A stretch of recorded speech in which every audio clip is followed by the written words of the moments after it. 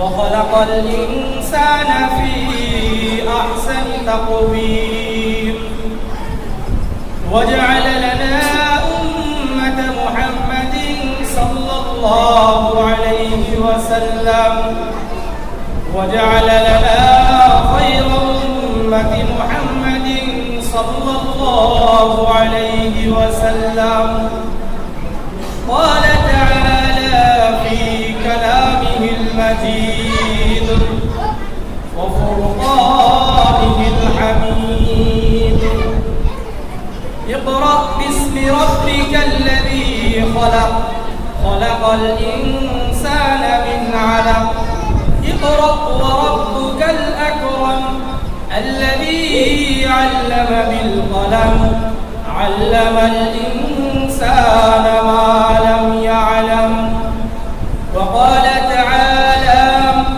إن الله وملائكته يصلون على النبي يا أيها الذين آمنوا صلوا عليه وسلموا تسليما اللهم صل على محمد وعلى آل محمد كما صليت على إبراهيم وعلى آل إبراهيم إنك حميد مجيد اللهم بارك على محمد وعلى آل محمد كما باركت على إبراهيم وعلى آل إبراهيم إنك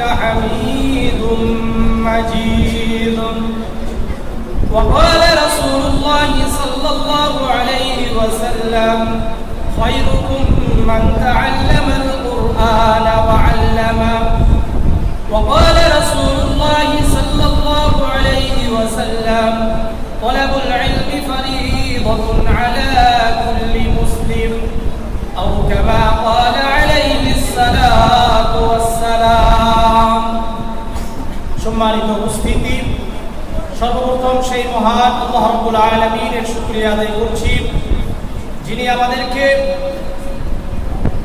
দীর্ঘ সময়ের পর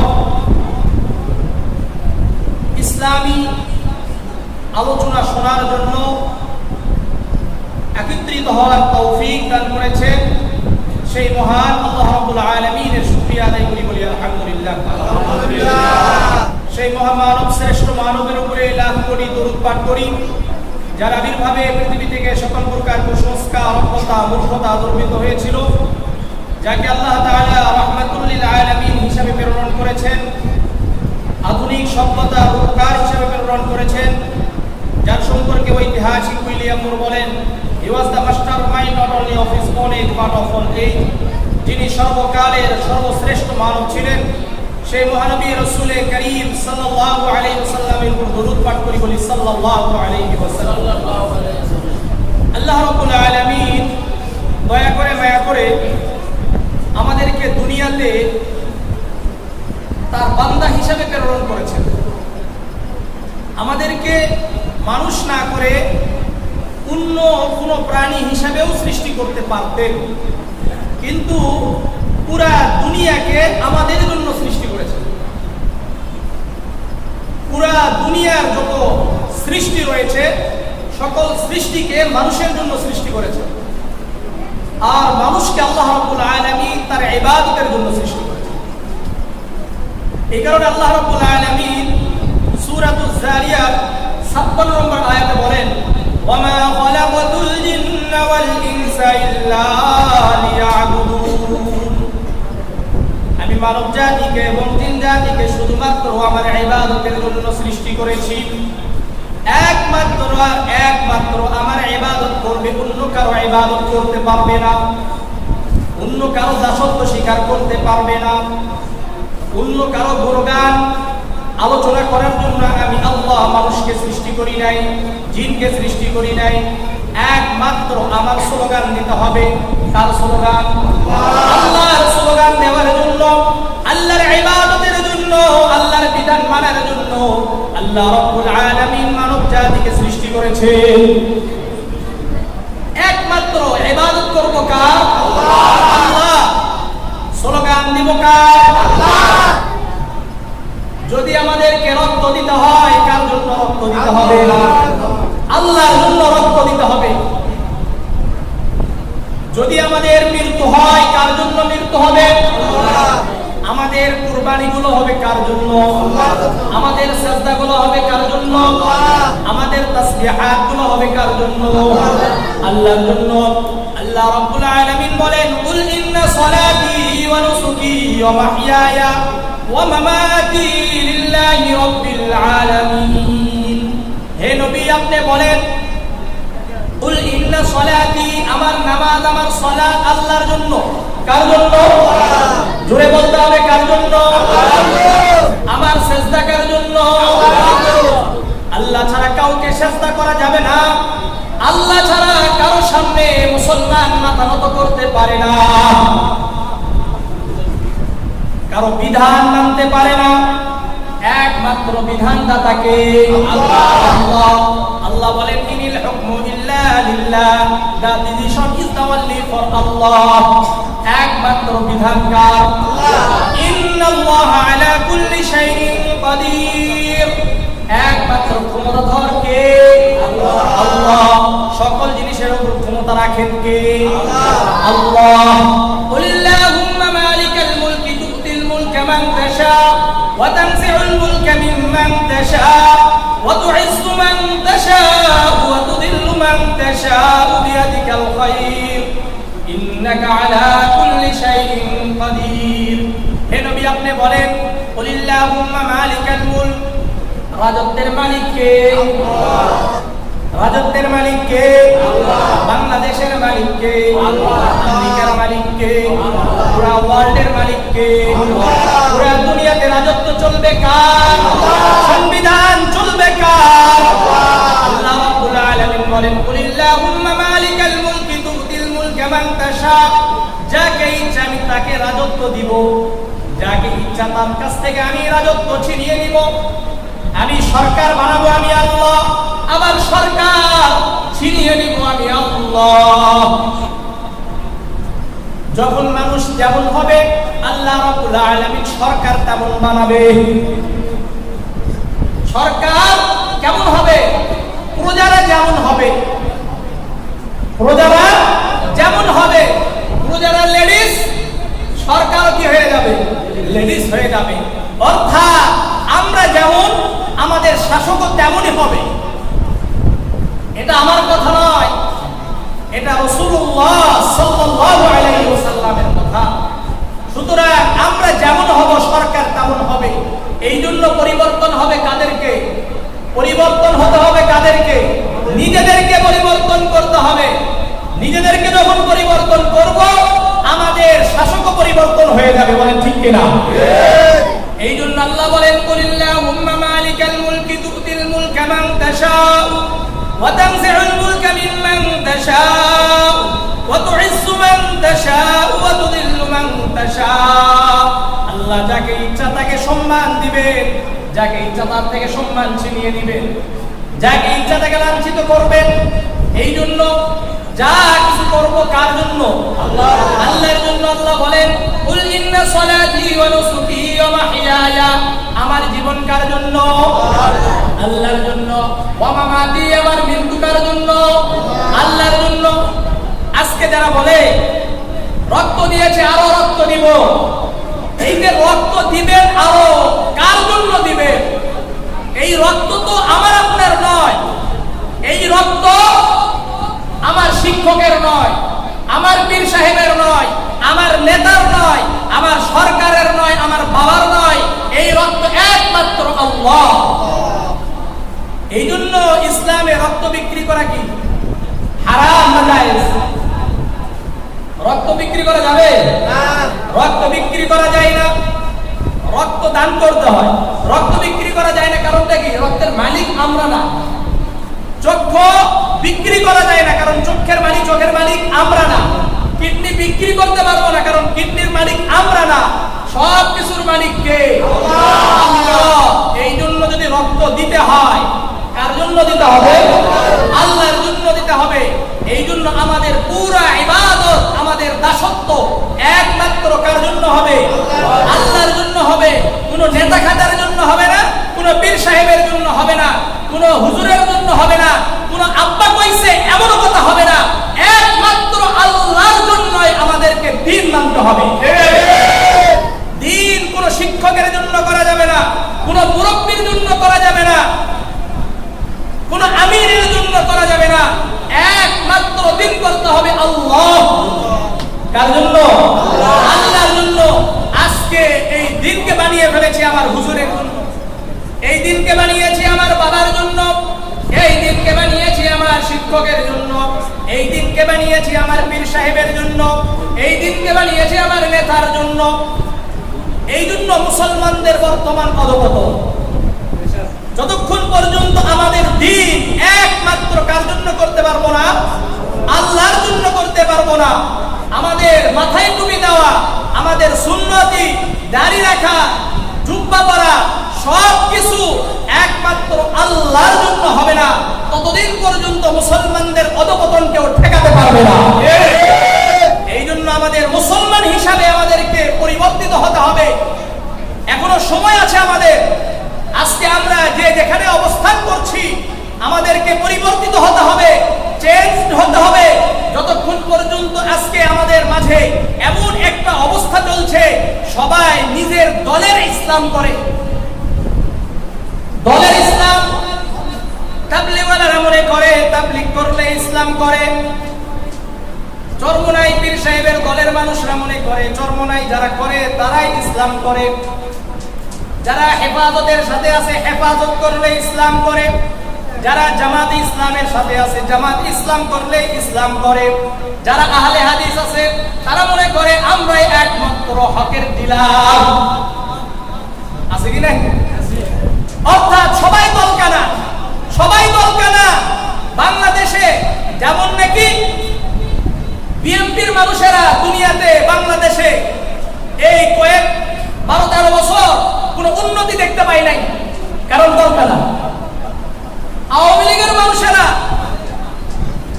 বাংলাদেশের কোনো ক্ষতি দেখতে পাই নাই দলকানা হওয়ার কারণে। কারণটা কি? দেখবেন পার্লামেন্টের ভিতরে দুই দল দাঁড়ায়।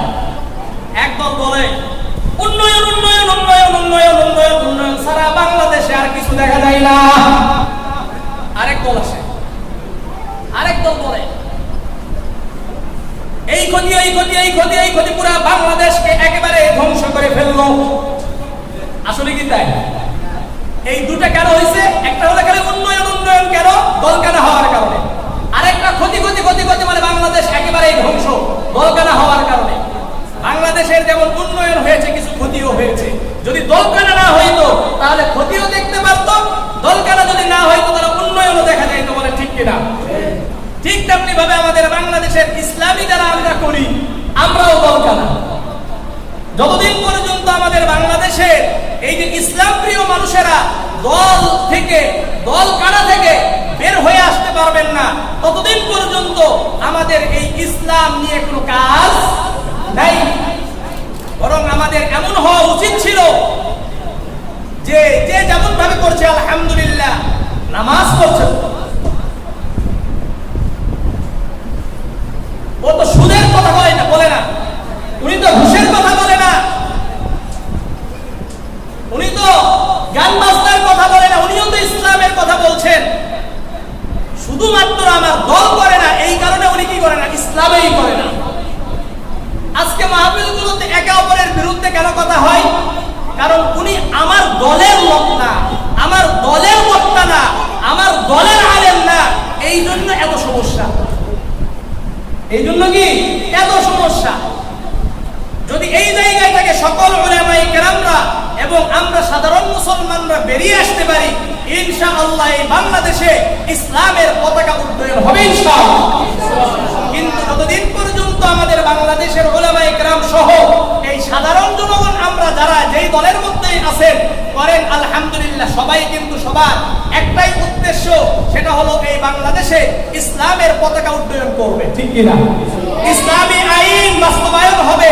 এই নিশায়, এই চিন্তায়, এই চেষ্টাই কিন্তু সবাই করে। আপনি যদি তাবলীগওয়ালাদেরকে জিজ্ঞাসা করেন কেন ইসলাম মানেন, সবাই বলবে বাংলাদেশে ইসলাম প্রতিষ্ঠিত হোক। চরমনাইওয়ালাদেরকে বললে কেন করেন, বলে ইসলাম প্রতিষ্ঠিত হোক। আবার জামাতি ইসলামকে যদি বলেন তারা বলবে ইসলাম প্রতিষ্ঠিত হোক।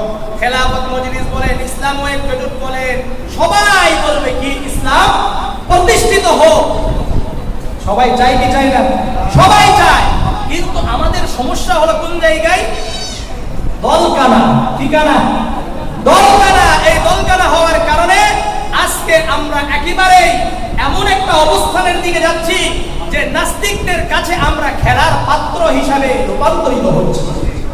আল্লাহ রাব্বুল আলামিন আমাদের সবাইকে এখান থেকে দলকানা থেকে বের হয়ে আসার তৌফিক দান করেন। একমাত্র আল্লাহ এবং আল্লাহর রাসূলের ইসলাম প্রচার করার তৌফিক দান করেন। এই জন্য ইবাদত হবে কার জন্য? আল্লাহর জন্য। দিন মানব কার জন্য? আল্লাহর জন্য। যদি মানতে পারি তাহলেই একমাত্র আমাদের দিন মানা হবে। আর যদি মনে করি যে না ওটা ওই দল করলেই দিন মানা হবে, তাহলে আমাদের দ্বারা কোনো লাভ হবে না। আমি আলহামদুলিল্লাহ চরমনাই করছি, আলহামদুলিল্লাহ। আরেকজন তাবলীগ করছে, আলহামদুলিল্লাহ। আরেকজন কওমি উলামায়ে কেরামদের সাথে আছে, আলহামদুলিল্লাহ। আরেকজন আছে অমুকের সাথে, আলহামদুলিল্লাহ। আরেকজন আছে অমুকের সাথে, আলহামদুলিল্লাহ। সবার মুখে দাঁড়িয়ে আছে কি নাই? মাথায় টুপি আসছে কিনা এটা আমাদেরকে দেখতে হবে। পাঁচ ওয়াক্ত নামাজ হচ্ছে কিনা এটা দেখতে হবে। কে রফউল ইয়াদাইন করলো আর না করলো এটা নিয়ে যদি ভেদাভেদ সৃষ্টি করি তাহলে একদিন দেখা যাবে এই বাংলাদেশে ইসলাম প্রচার করা আমাদের জন্য কঠিন হয়ে দাঁড়াবে। রফউল ইয়াদাইন কোন ইমাম করে কিনা, আপনি আমি যদি এর বিরোধিতা করি তাহলে কোন এক ইমামের বিরোধিতা হয়ে যাচ্ছে। কোথায় হাত বাঁধবো এ নিয়ে আমাদের ঠেলাঠেলি শুরু হয়ে গেছে। এ নিয়ে একে অপরের সাথে দ্বন্দ্ব চলছে, বিদ্বেষ চলছে। ওয়াজ মাহফিলে বসে প্রথমে আমাদের ফরজ হয়ে যায় যে একজনের বিরুদ্ধে বলতে হবে, এবং ওয়াজ মাহফিলের যারা আয়োজন করে তারাও বলে হুজুর আজকে কিন্তু ওনারে বাস দিবেন। কি দিবেন? বাস দিবেন। আমি এই কথাগুলো শুধু আপনাদের জন্য বলছি না, পুরা দুনিয়ার ওয়ার্ল্ডের মুসলিমদের মুসলমানদের জন্য আমি এই কথাগুলো বলছি। এগুলোকে ছাড়তে হবে। সবাই আল্লাহকে পাওয়ার জন্য দাঁড়ায়। আমিন জোরে বলবেন, আস্তে বলবে। জোরে বলা যারা বলছে তারা এটাকে মুস্তাহাব বলে, যারা আস্তে আমিনের কথা বলেছেন এটাকে মুস্তাহাব বলে। আমিন বললেই হলো জোরে আর আস্তে। এটাকে নিয়ে আমরা আবার মসজিদের উপরে লিখে দিচ্ছি জোরে আমিন বললে মসজিদ থেকে বের হয়ে যান।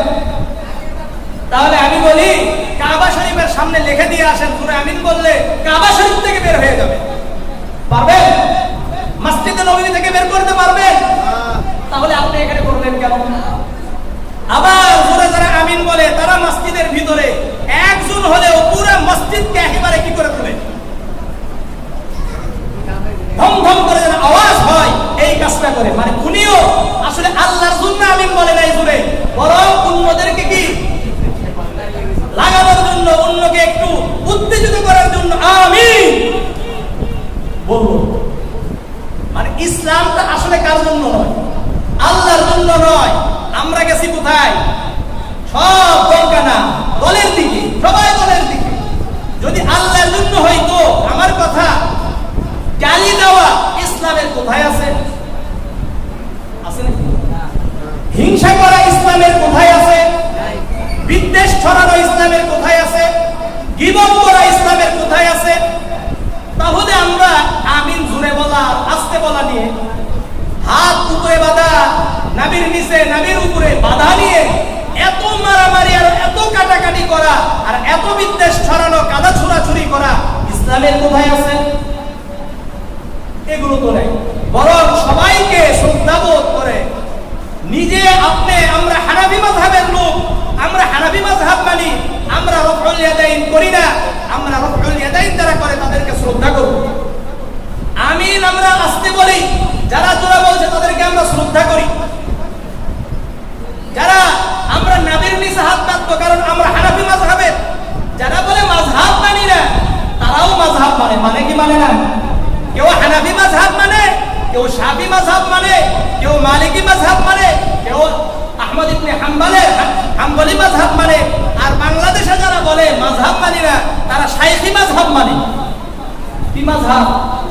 শাইখী মাযহাব বুঝেন?